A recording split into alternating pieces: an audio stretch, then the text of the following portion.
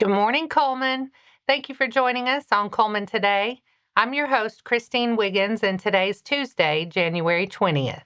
Coming up on Cullman Today, Cullman Regional is getting a major boost for emergency response, details on a new donation aimed at strengthening the county's ambulance service, plus Hanceville Parks and Recreation is hiring ahead of the busy season, and United Way of Cullman County says there's a way to file your taxes for free, and it could help you keep more of your refund.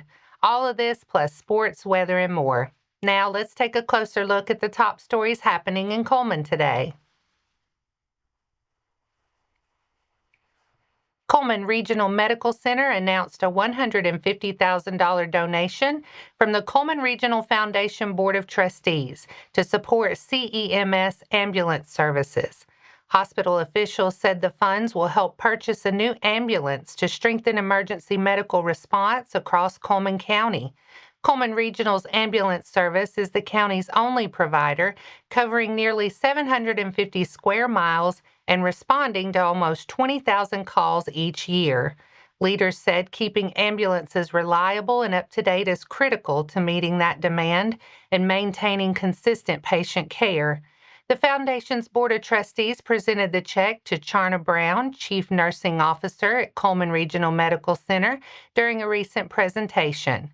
The hospital and foundation said the investment will help ensure crews have dependable equipment when seconds matter and calls come in from anywhere in the county. Hanceville Parks and Recreation is accepting applications for several jobs ahead of the upcoming recreation season, including one full-time opening and multiple seasonal roles. The department is hiring a full-time light equipment operator, a position that reports to the park director and assistant park director. Duties include operating and maintaining equipment used in the city parks and ball field upkeep, along with mowing, lining fields, transporting materials, and conducting safety inspections. The job also includes general maintenance work such as trash pickup, restroom cleaning, spraying, and occasional carpentry, basic plumbing, and electrical tasks as needed. Applicants must be able to operate equipment and hand power tools, communicate effectively, attend required meetings, and pass a drug screening. Entry-level pay for the light equipment operator position is $14.78 per hour, with varying hours, potential overtime, and possible call-ins. The department's also hiring seasonal concession stand and maintenance workers, plus lifeguards. Applications can be completed in person at Hanceville City Hall Monday through Friday, 8 a.m. to 4 p.m. More information is posted on their Facebook page. As tax season approaches, United Way of Cullman County is encouraging residents to take advantage of a free tax filing option available right now at MyFreeTaxes.com. The program is designed to help eligible individuals and families file accurately without paying filing fees or running into surprise charges at checkout. MyFreeTaxes is available to people who earn $89,000 or less and offers two ways to file: a completely free self-guided online filing tool or help through the IRS Volunteer Income Tax Assistant Program known as VITA, where certified volunteers can prepare returns at no cost for those who want more support. United Way says it brings communities together to face their greatest challenges, helping families find stability, empowering young people, and responding to crises. For millions of Americans, tax refunds and credits are essential to financial stability, which is why United Way helps people file for free to keep more of their hard-earned money. United Way says more than 1.5 million people have used MyFreeTaxes so far, saving an estimated $260 million in tax preparation fees. To get started, visit MyFreeTaxes.com and choose the option that fits your needs. And that's all for our top stories this morning. Coming up, West Point's top seed made a statement to punch a ticket to the JV Boys Championship game, and a big upset in the JV Girls bracket. Sports is next.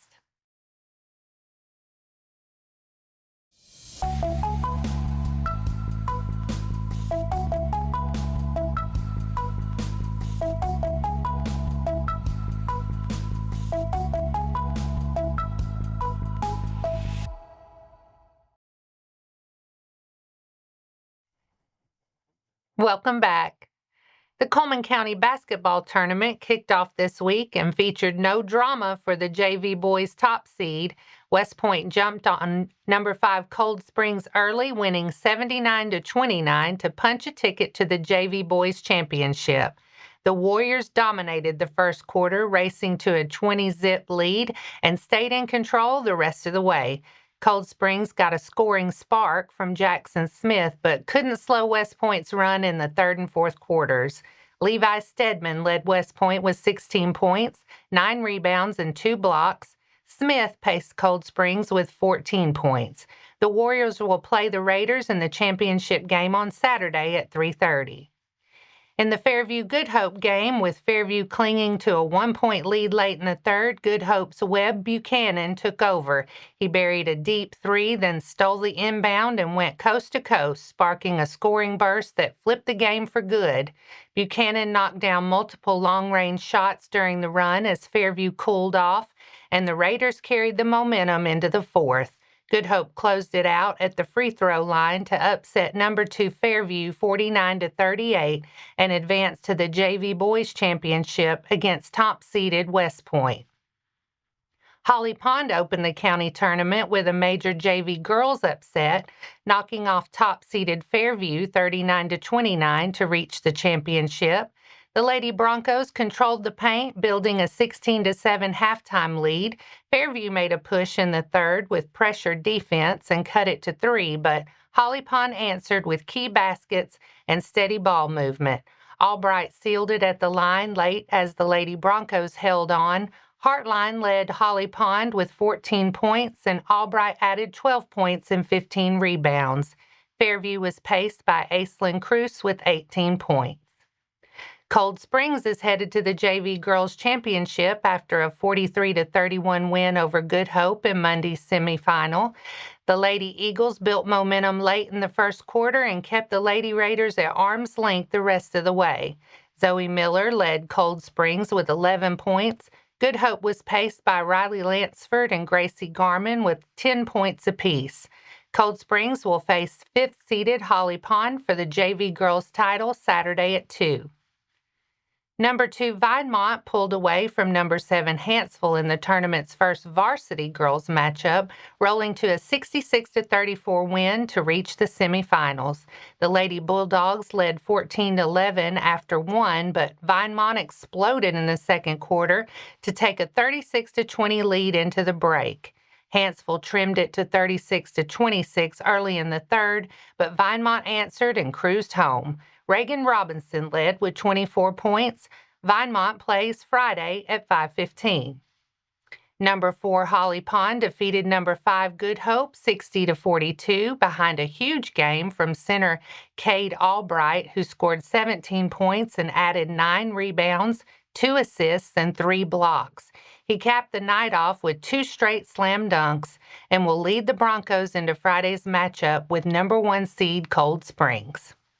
And Wallace State Community College Cheer earned second place in the Open Small Coed Finals at the 2026 UCA and UDA College Cheerleading and Dance Team National Championship.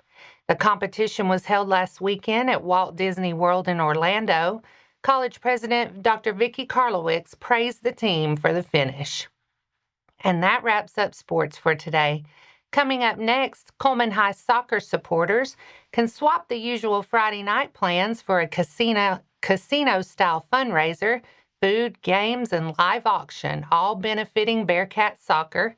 Plus, St. Paul's Lutheran School is inviting families to an open house next Thursday evening to tour the campus and learn more about the school.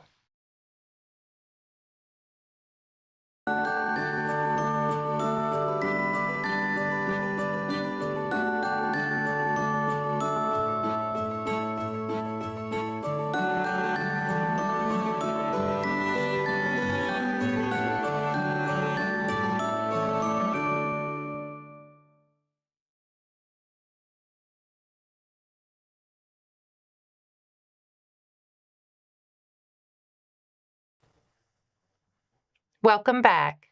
Now it's time to speed things up with a news rundown. 4 stories in under 4 minutes.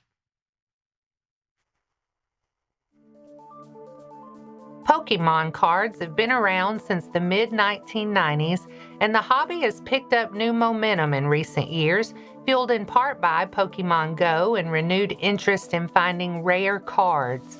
The Cullman County Public Library is tapping into that trend with a quarterly Pokémon card trading event open to all ages. Collectors are invited to bring cards to trade, show off their collections, and take part in games and tournament-style play.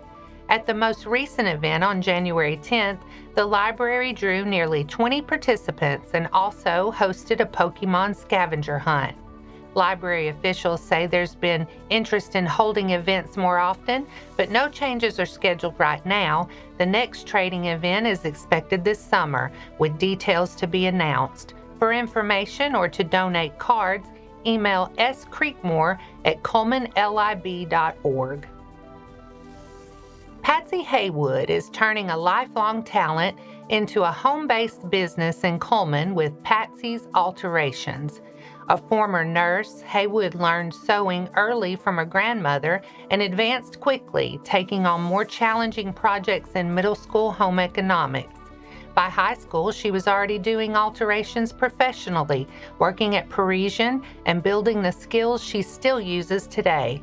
Haywood is well known locally for alterations, including wedding and prom dresses, and with prom season approaching, she says appointments are booking quickly. She recommends reaching out at least a month in advance and sooner if possible. For appointments, text 256-612-7653 and include that it's for an alteration appointment. Patsy's Alterations is located at 304 Ward Avenue Southwest in Cullman. Supporters of Cullman High School soccer can enjoy an evening of games, food, and friendly competition when Casino Night returns Friday, January 23rd at the venue at Cotton Creek. The fundraiser for the Cullman Soccer Booster Club runs 7 to 10:30 p.m., with doors opening at 6 and gaming tables opening at 7. Organizers plan a casino-style setup with poker, blackjack, and roulette, played for entertainment in support of the program. Guests receive play money for the tables, and winnings turn into bidding power for a live auction. Proceeds from tickets, sponsorships, and play money purchases benefit Cullman High School soccer. Individual tickets are $100 and include $200 in play money and a catered food spread. Table sponsorships are $800 and include 8 seats and $2,000 in shared play money. For tickets or sponsorships, contact Holly Bussman at 256-338-9083. The venue is at 417 3rd Avenue Southwest. St. Paul's Lutheran School will host a spring open house on Thursday, February 5th from 5:30 to 7, inviting families and community members to learn more about the school and its mission. The open house will give prospective families a look at daily life on campus, including the school's classical Christian education model and its vision for the future.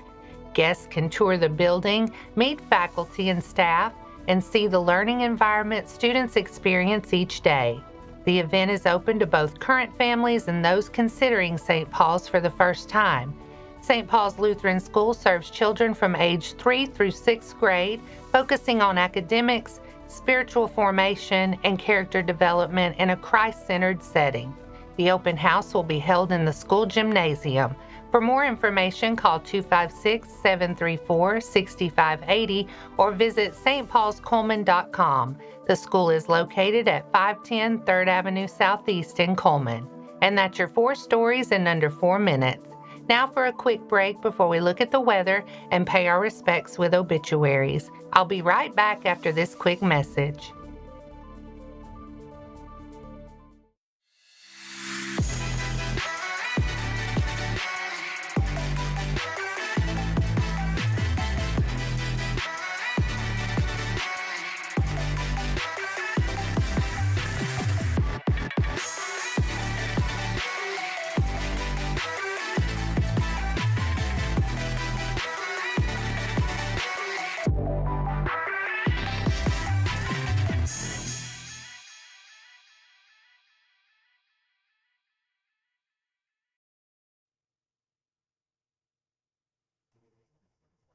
Let's take a moment to pause and remember those who lost their lives this week. Jonathan David Reed, 58, of Holly Pond, passed away Friday, January 16th. Visitation will be Saturday, January 24th from 1 to 2 p.m. at Brooklyn Church, followed by a memorial service at 2 p.m. Sarah Jane Blocker, 76, passed away Friday, January 16th. Visitation will be tomorrow at Bluntsville Funeral Home from noon to 2 p.m., followed by funeral service at 2. Burial will be at Mount Hebron Cemetery. Our thoughts and prayers go out to their friends and families. Now let's take a look at your weather forecast. Today will be sunny with a high near 43, but it'll feel colder at times with wind chills in the upper teens to upper 20s. Tonight stays mostly clear and cold with a low around 25. Tomorrow turns a little milder, partly sunny with a high near 52 and a light south breeze. Tomorrow night, rain chances go up late. Showers are likely after midnight with cloudy skies and a low around 37. Cullman County EMA says it's monitoring a storm system expected to pass south of North Alabama Friday into Saturday, bringing precipitation to the Tennessee Valley. Officials say confidence is increasing that something will move through, but the exact track is still uncertain. Even small shifts could change what we see in Cullman County, including whether precipitation stays rain, mixes in, or turns to wintry type, and how much we get. EMA urges residents to keep checking for forecast updates from the National Weather Service in Hanceville and local alerts as details come into focus later this week. And that wraps up today's edition of Cullman Today. Thank you for sharing your morning with us, and remember to stay connected by following us on social media and visiting CullmanTribune.com for the latest from our community. We'll be back bright and early tomorrow morning at 6:30 a.m. Until then, I'm Christine Wiggins with Cullman Today. Have a wonderful day, Cullman.